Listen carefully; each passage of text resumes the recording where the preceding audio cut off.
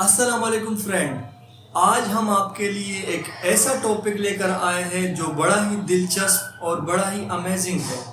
ہم آج آپ کو چائنا کی ترقی کے کچھ راز بتائیں گے کہ چائنا نے اتنی جلدی اکنامیکل گروتھ کیسے کیا۔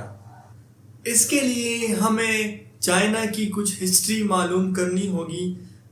چائنا کی اگر تاریخ دیکھی جائے تو چائنا مسلسل ایسے ترقی یافتہ ممالک کے فہرست میں شامل نہ ہوتا تھا۔ ہوا کچھ یوں کہ 1976 میں چائنا کمیونسٹ پارٹی کے ماؤ زیدنگ انتقال کر گئے۔ اس کے بعد دینگ شاؤپنگ نے کمانڈ سنبھالی، جس کے بعد چائنا نے دن دگنی اور رات چگنی ترقی کرنا شروع کی، جسے آرکیٹیکٹ آف ماڈرن چائنا بھی کہا جاتا ہے۔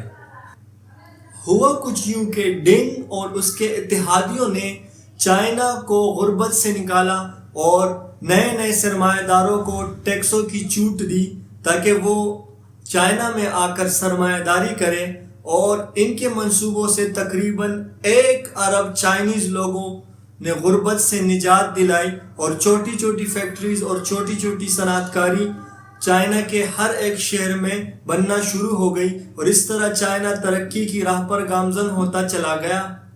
ڈینگ نے غیر ملکی سرمایہ داروں کو ٹیکسوں کی چھوٹ دی اور ان کے لیے ایک اسپیشل اکنامیکل زون بنایا، جو کہ چائنا کے 3 بڑے شہر شنزین، زوہائی اور شومین میں ان کے لیے بڑے بڑے پروجیکٹس لگائے اور ان کو ٹیکسوں کی چھوٹ دی تاکہ وہ اس علاقے میں سرمایہ داری کرے، جس کے نتیجے میں چائنا ترقی کرتا چلا گیا اور ان علاقوں کو چائنا کی اکنامک کا انجن کہا جاتا ہے۔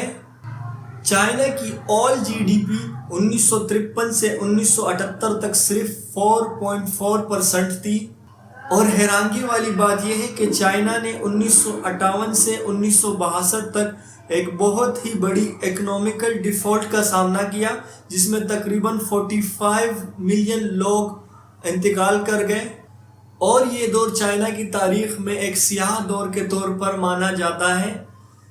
ایک اندازے کے مطابق اس دور میں تقریباً 60% چائنیز پورٹی لائن سے نیچے زندگی بسر کر رہے تھے، اور 20% لوگ ہر سال اکنامیکل ڈیفالٹ کی وجہ سے مر رہے تھے۔ 1978 کے بعد ڈینگ شاؤپنگ کا دور شروع ہوتا ہے، اور یہ وہی دور ہے کہ جس کے بعد چائنا ترقی کرتا چلا گیا۔ چائنا میں ایک مشہور قول ہے کہ اگر آپ کو کسی کی مدد کرنی ہے تو اسے مچھلی مت کھلاؤ بلکہ مچھلی پکڑنا سکھاؤ۔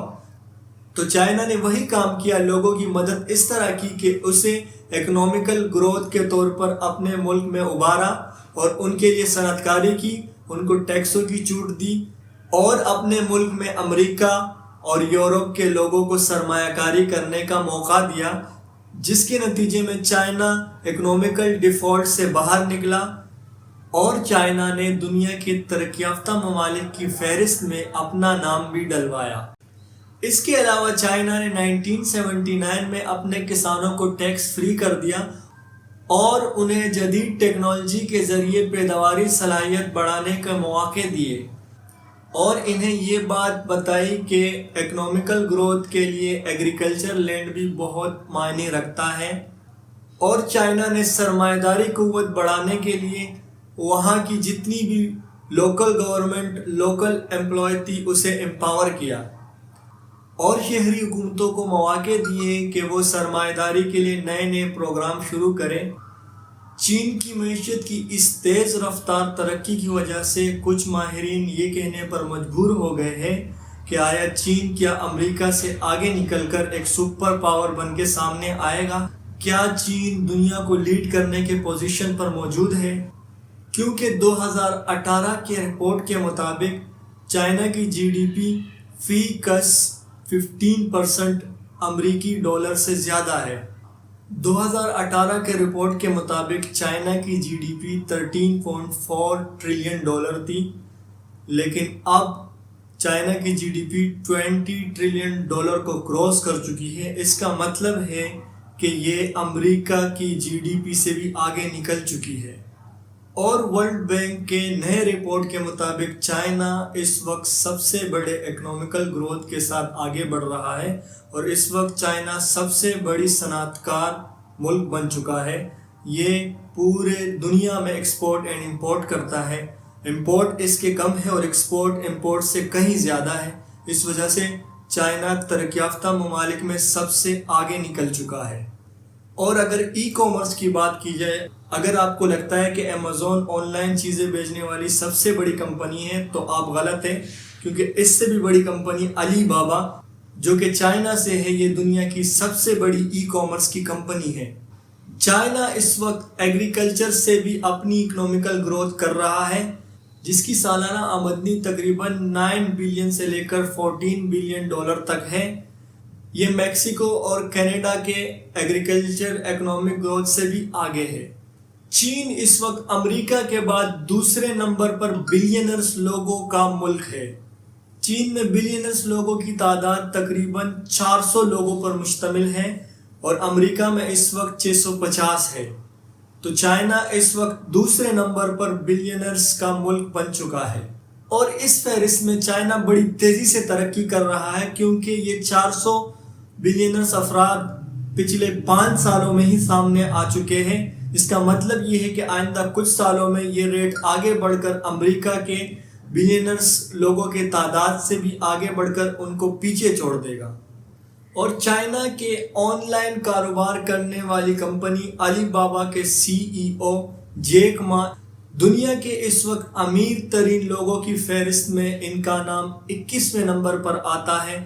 ان کا تعلق بھی چائنا سے ہے۔ چائنا کی 1978 سے پہلے GDP صرف 3 سے 4% تھی، اور اب جا کے چائنا کی GDP بلند ترین سطح پر 46% آگے بڑھ چکی ہے۔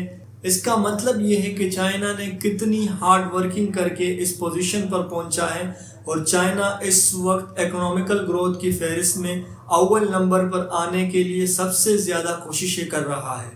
اور چائنا کی اس ترقی میں نہ صرف بلینرز آگے بڑھے، بلکہ چائنا کے فی کس آمدنی جو کہ 1978 میں 20% لوگ پاورٹی لائن سے نیچے زندگی بسر کر رہے تھے، 2002 کے سروے کے مطابق چائنا کی فی کس آمدنی اس وقت $987 تھی، اور اب جا کے فی کس آمدنی $4840 تک پہنچ چکی ہے۔ تو آج ہم نے اس ویڈیو میں چائنا کے اکنامیکل گروتھ کے بارے میں کچھ ڈسکشن کی، کچھ اس کے فیکٹس بتائے۔ تو آپ ہمیں بتائیے کہ آج کی یہ ویڈیو آپ کو کتنی پسند آئی اور کتنی پسند نہ آئی۔ تو ہمیں کومنٹ سیکشن میں اپنی قیمتی رائے سے آگاہ کریں، اور ہمارے اس چینل کو سبسکرائب کریں اور ہمیں سپورٹ کریں۔ تو اس کے ساتھ میں اجازت چاہتا ہوں، اپنا ڈھیر سارا خیال رکھیں۔ اللہ حافظ۔